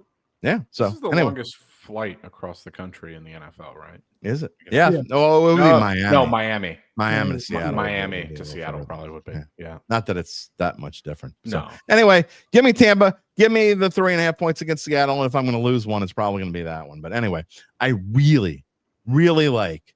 Sorry, Gabe. Close your ears. I really like the Baltimore Ravens this week. Obviously, losing Lamar Jackson is a big deal. Maybe I should have taken the under like Gabe did instead because I really do like the under as well. However, good teams generally rally and play their best football when they have some kind of injury adversity. And there's no more injury adversity than losing Lamar Jackson.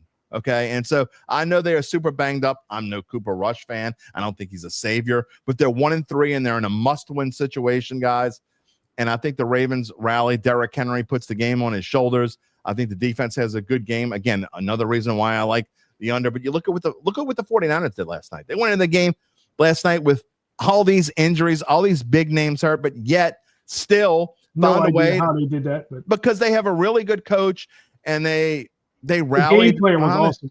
They were told all week they can't win this football game, and I bought in and believed it. I just don't think. I think the Ravens again. I think they're going to play their best football this week. I do like it as a low-scoring game, but I think the Ravens win straight up and certainly cover the 2.5 point spread. That is the thing I like about this is that the Ravens are used to playing without Lamar.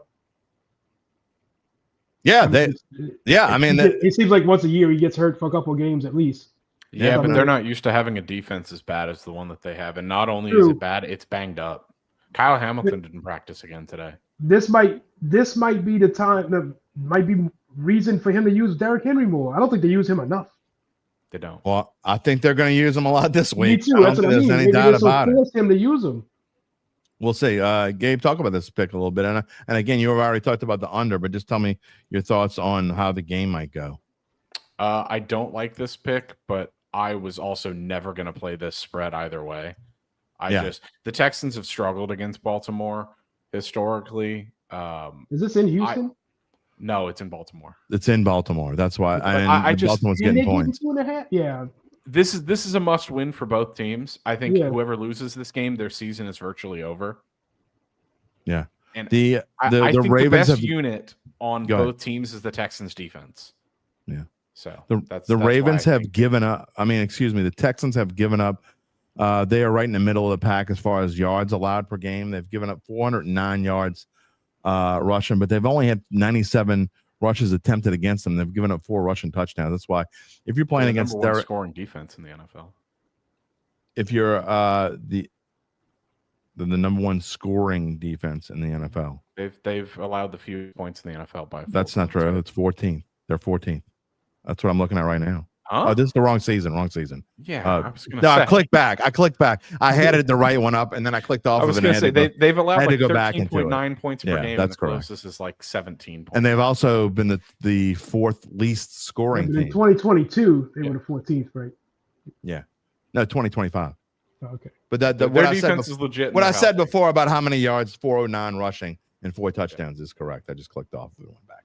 All right, guys. Anything y'all are looking forward to this week? Gabe had something. Didn't you have something? Yeah, you had something. Oh, yeah. It was.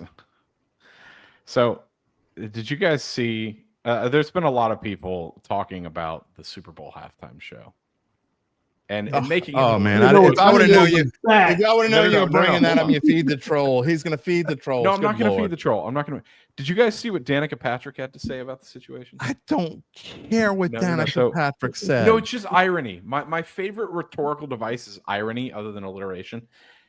And when speaking about the halftime show, she had to say this verbatim: "No songs in English should not be allowed."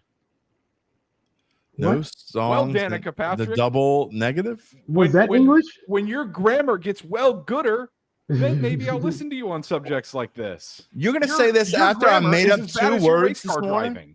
I made up 2 words this morning. You're making fun of me here, I think, behind the scenes when I said terrible. Danica Patrick from the West Bank? I don't know. Does she live? Well, you live in Luling now. I mean, yeah. Did she move next door to you or something? No, I don't think so.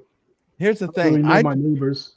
This is way too much talk. Who cares about the halftime? If you don't like it, go eat Tostito. I'm going to do that. Yeah, I'm going to eat Tostitos. I'm going to walk away from the TV. Show. I told y'all what I'm going to do. I ain't going to say it on here, but I can promise you, I will not be watching the halftime show. And I judge Bad Bunny on how bad he was in WWE. That's the only thing I know about him. I don't get why they picked him. I think it's a ridiculously stupid pick. Because the most streamed person. Yeah. Then those people won't be watching the Super Bowl. They'll be watching their phones and halftime show, Jim. They won't be watching the. No, they will. Okay, they'll tune in for the halftime show and they'll turn right off when he's gone. That's okay. Yeah. That's okay because the people who don't like this halftime show selection are watching the game anyway. Okay, well, I can't believe you're actually going to make me respond to this. But how about you appease the people who actually give a shit about the Super Bowl? Because the people who give a damn about this in 2025, Jim. I'm not even talking about. Nobody wants to see. I don't want to see Metallica either. If Metallica was on at halftime, I would also change the channel. I care as much about Metallica as Bad Bunny. You know why? Because the people that are going to watch the Super Bowl for the Super Bowl are going to watch the Super Bowl regardless of who's a halftime show. Exactly. And the people, they're just going to pick anybody that could bring a couple more people. But that's my point. Sure, they can do it. I get why they're doing it. But how about appease the people who watch the damn show? Because this is the biggest artist they realistically could have gotten to do the halftime show. I could make an offensive gesture with my right hand and a fist moving in a certain direction, but I'm not going to do it because that would not be that'd be over the top. I just wanted to make fun of Danica Patrick's grammar and show the irony that she's calling out someone who speaks Spanish with her piss. I care about as much of Danica Patrick's opinion as Bad Bunny's. The same thing, or anyone. I actually care about Bad Bunny's more. I don't. Honestly, I definitely do not. If you played a song of him right now, I couldn't. If I played 3 songs that was like similar in I genre, have no. I cannot. I have no idea. That's Seriously. What we're gonna do next week. Next week, I'm gonna find 3 songs that are similar in genre, and I'm gonna play them, and we're gonna make UBN guess which one's Bad Bunny. That you can. I have no idea. Personally speaking, I'm not a huge Bad Bunny guy. I like some of his songs. I prefer Ozuna, but that's just me. You know why? Oh, that's Ozarka. Oh yeah. No, that's I am an Ozarka guy. Ozarka's. I'm a big water guy. Most people don't know this. Water boy here. Like water boy. Thing I drink. And Ozarka to me has the highest quality water. No, it doesn't. Oh my God. That's some high quality H2O. Yeah. This is the best water they have right here. Yeah. I drink the same water as UBN, so I drink Ozarka for the most part. I'm a water snob. Me and Gabe are going with this for like a week. pH. You're not getting your pH. We'll jump way off the rails, and with few people who are still watching this show, are they arguing about water? Exactly. It's time to move on. All right, guys. I will see y'all next week. I can't wait to see what kind of stupid crap y'all find to talk about next week. But I might not ask the question when we go off. What else y'all got? Hey, I didn't even bring up nothing. It was him. So, I mean, next week it'll be my craziness. I couldn't pass up the opportunity when given a platform to make fun of Danica Patrick's irony. Oh, boy. She dated Aaron Rodgers. What do you expect her brain to be like? Adios, gentlemen. That was fun. Mal's here for water talk. Water boy here. That's some high quality H2O. Mal agrees with Gabe. Okay. Charles doesn't. He's not going to watch halftime. I don't care. I don't care. I mean, look, in the grand scheme of things, even like I said, I think that it's stupid. They should appease to the people who care about the Super Bowl. And that's a vast, wide range of all the wide-ranging either groups or individuals they could find to play at halftime. Of the wide-ranging people who watch the Super Bowl, there's like, it's a giant bubble that you could find. But no, they keep going outside of the bubble. It's like they almost intentionally. They're making us talk about it. Just stupid. But again, you going outside. I mean, Metallica, you pick that'd be outside of the bubble too. I would definitely go get here's a free plug. I would go grab the Tostitos and the nacho cheese and just stand in the kitchen, make myself fatter for 25, 30 minutes. And I can't believe I just wasted the last 6 minutes of my life or whatever it is talking about that stupid crap. Can't get it back, you know. When you waste time talking about stupid crap, you cannot get it back. Blame Gabe. If I die 6 minutes before I'm supposed to, Gabe Henderson, it's all going to be your fault. And I hope you can live with that for the rest of your life. Just saying. All right. Saints, Giants, again, this week. It is, let's get real. Last thing as we go off on this Friday, and I'm going to leave you with this. It's only Saints. There's no LSU. There's no Tulane. What are y'all going to do on Saturday? Y'all going to go out and feed the pigeons? You're going to reacquaint yourself with the family? What are you going to do? Find something good to do on Saturday? I know a lot of you, like Gabe's going to be glued to the TV from 11 a.m. Central Time until he says no. Man, if you still got painting to do, by the way. He's got a lot of painting to do. So there you go. Maybe we'll have his phone on a game while he's painting. Who knows? Me, I got to be honest. I'm probably not going to watch a ton of football on Saturday. Probably won't. Be in the Dome on Sunday for Saints and Giants. Can't wait. But really, can't wait to talk to you guys about what's going on. Mono E Monday. If you're new to the show, if you're new to the family, first of all, welcome. Glad you're here. I promise we don't always talk about water boys and halftime shows. That is rare. Oh, Nick UBN says the Cubs play at 108 Saturday. There you go. Be watching baseball tomorrow. Absolutely be watching baseball tomorrow. We'll not be watching baseball on Sunday though.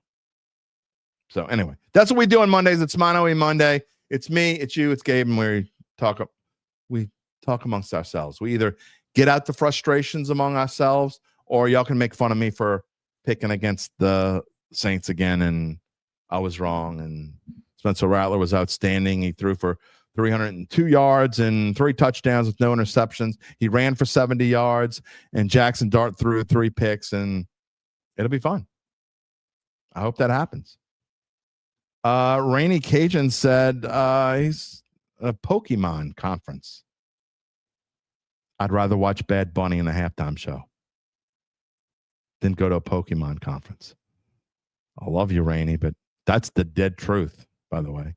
Because at least Bad Bunny is only half an hour. You have to drive to that Pokemon conference, and then, I mean, it wasn't there a show? There was a show, right, Gabe? Pokemon. I'd rather watch Bad Bunny than an episode of the Pokemon show. That just, Who Dat Daddy said he's going to be bored on Saturday. Yeah. Sorry. All right. By the way, Gabe said earlier, and then I forgot to mention it earlier. Breaking news. Garrett Nussmeier just went 3 and out against the bye week. And that ain't right. That's just wrong. All right. We're going to end the show on that note. Come on. Let me be wrong for crying out loud. Let's have a fun Mono E Monday. I'm sick of saying the same crap over and over again. Got to find a new script.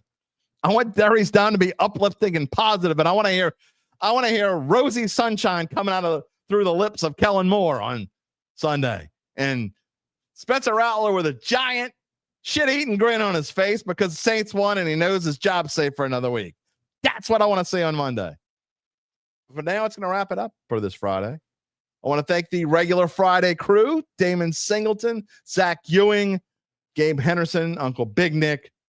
We hope you can join us again for Mono E Monday. It should be interesting. Again, no matter what happens, it's going to be fun. It's going to be interesting. So a reminder, if you haven't done so already, you want to be a part of the fun, subscribe to the Dattitude YouTube page. Click the little bell to receive notifications when we go on the air live again every Monday, Wednesday, Friday, 11 a.m. Central Time. You can also find us after the fact on our YouTube page. You can find us wherever you get your podcasts. We're on every major podcast platform, including Apple, Spotify, and many more.